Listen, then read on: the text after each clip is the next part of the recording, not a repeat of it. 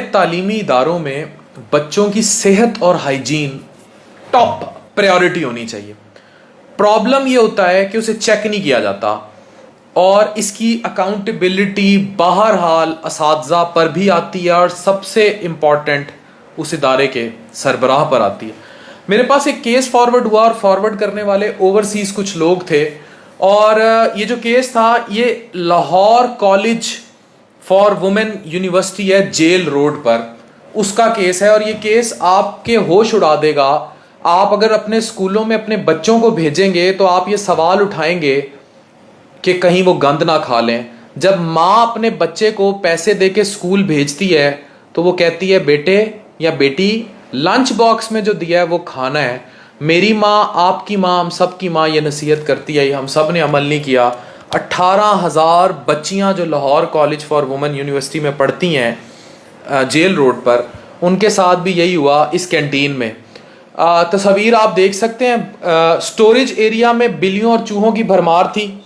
Food products पर मकड़ियों के जाले थे।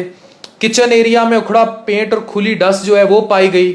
कार्रवाई जब की गई महकमों की तरफ से तो उसमें उखड़ा पेंट और खुली डस्ट भी पाई गई। कार्रवाई के दौरान गंदा आलूद जो है सारी चीज़ें, ये जो नज़र आ रहा है आपको गंद सारा, आप देख लें।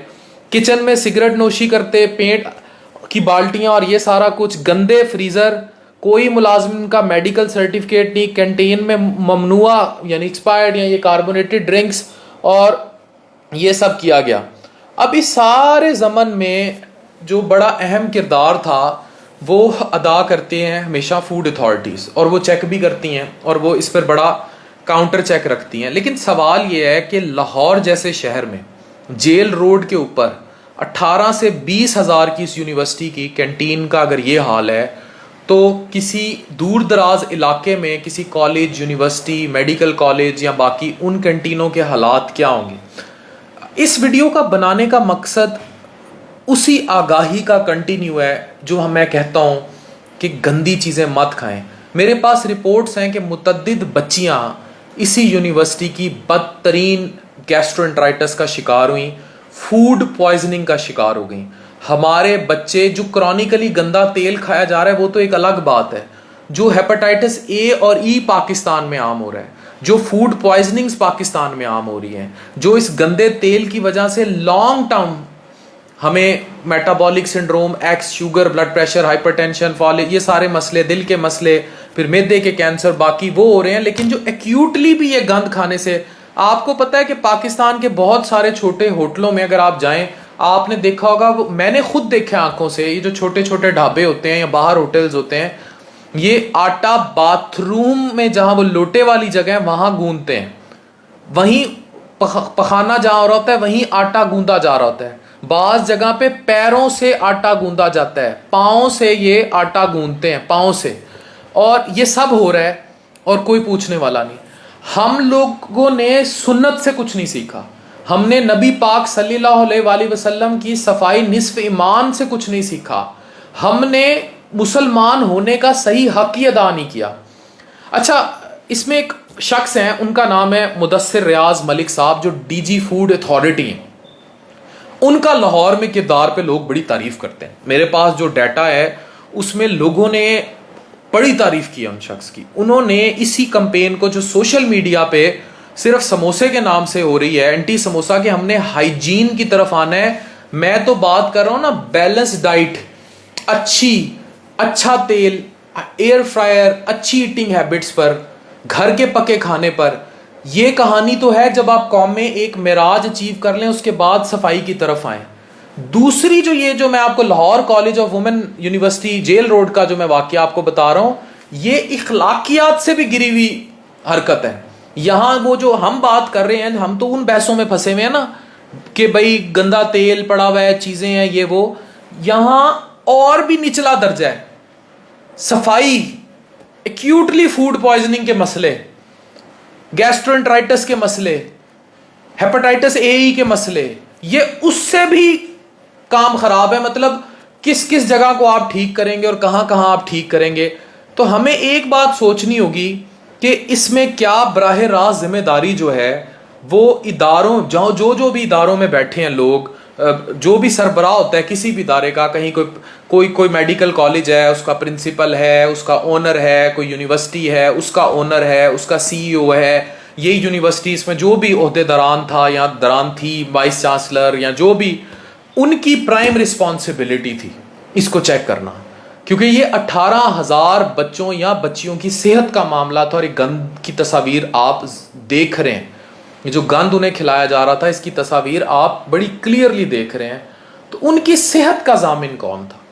अगर कोई भी बच्चा किसी भी इदारे में, किसी स्कूल में, छोटे लेवल पर भी पढ़ने जाता है, तो उनकी जब जितने और के लिए माँ बाप आप पर ट्रस्ट करते हैं, बड़े बड़े नाम है, बड़े बड़े स्कूल हैं पाकिस्तान में या गवर्नमेंट के स्कूल्स भी हैं, वो जितने घंटे वो बच्चा उस स्कूल में है, बराह रास्त वो जो हेड ऑफ द इंस्टीट्यूट है वो उसकी केयर में है। उनके खाने पीने से लेकर, उनकी सफाई सुथराई से लेकर, उनकी सेहत से लेकर, उनकी तालीम से लेकर, ये जो लोग खुश हो रहे होते हैं ना, मैं वीसी बन गया, मैं प्रिंसिपल बन गया, मैं वाइस चांसलर बन गया, ये जितनी बड़ी खुशी की बात है उतनी ही बड़ी रिस्पॉन्सिबिलिटी भी है, उतनी ही बड़ी जिम्मेदारी भी है, और उतना ही हिसाब भी देना है। दरिया फरात के गिर्द एक भी बकरी मर गई तो हिसाब था, तो हिसाब है देना है। अगर एक भी बच्ची बीमार होती है 18,000 में, तो हिसाब कैंटीन वाले से नहीं होगा, उस ठेके वाले की तो जो गलती है, जो वो गलाजत का ढेर कर रहा था, हिसाब होगा उससे जो सरबराह था। तो हमें ये सोचना पड़ेगा कि हम अपनी नस्लों के साथ क्या कर रहे हैं। हर स्कूल, कॉलेज, यूनिवर्सिटी में जहां जहां भी ये हो रहा है, हर जगह ये नहीं हो रहा, जहां जहां ये हो रहा है हमने उसको रेक्टिफाई करना है।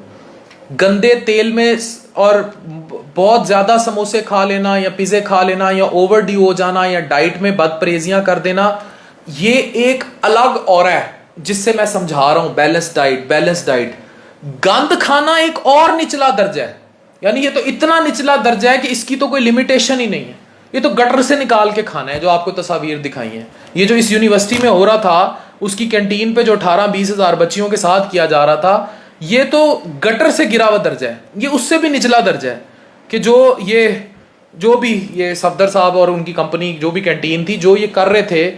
अब इस सारों में, अच्छा पाकिस्तान में ये भी बड़ा मसला है कि जब कैंटीनों के टेंडर होते हैं, ठेके होते हैं, ओवरऑल भी पूरे पाकिस्तान के इदारों में, मैं स्पेसिफिकली इस इदारे की बात नहीं कर रहा, वहाँ भी लोगों को पता है कि वहाँ मसले होते हैं। और मसले भी आपको पता है इन दी एंड वही, जो कौम की तरबियत नहीं है, जो तहजीब नहीं है, मसले करप्शन पे ही आ जाते हैं।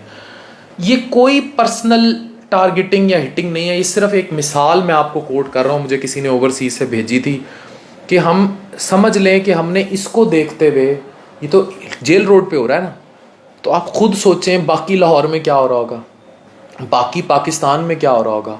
इस मिसाल को अमर कर लें कि हमें चीज़ों को ठीक करना है, हुफ़्ज़ान सेहत के असूलों पर अमल करना है। अगर हम हुफ़्ज़ान सेहत के असूलों पर अमल नहीं करेंगे तो हम कहीं ना कहीं मार खाएंगे, और जब हम ये करेंगे तो चीज़ें बड़ा मसला कर देंगी। हम कौमों की इखलाकी तरबियत भी जाएगी, सेहती तरबियत भी जाएगी, और हर तरह से हम शिकार होंगे। It is one example of bad and ill health in Pakistan, there are many. Doctor Afan Qaiser signing of.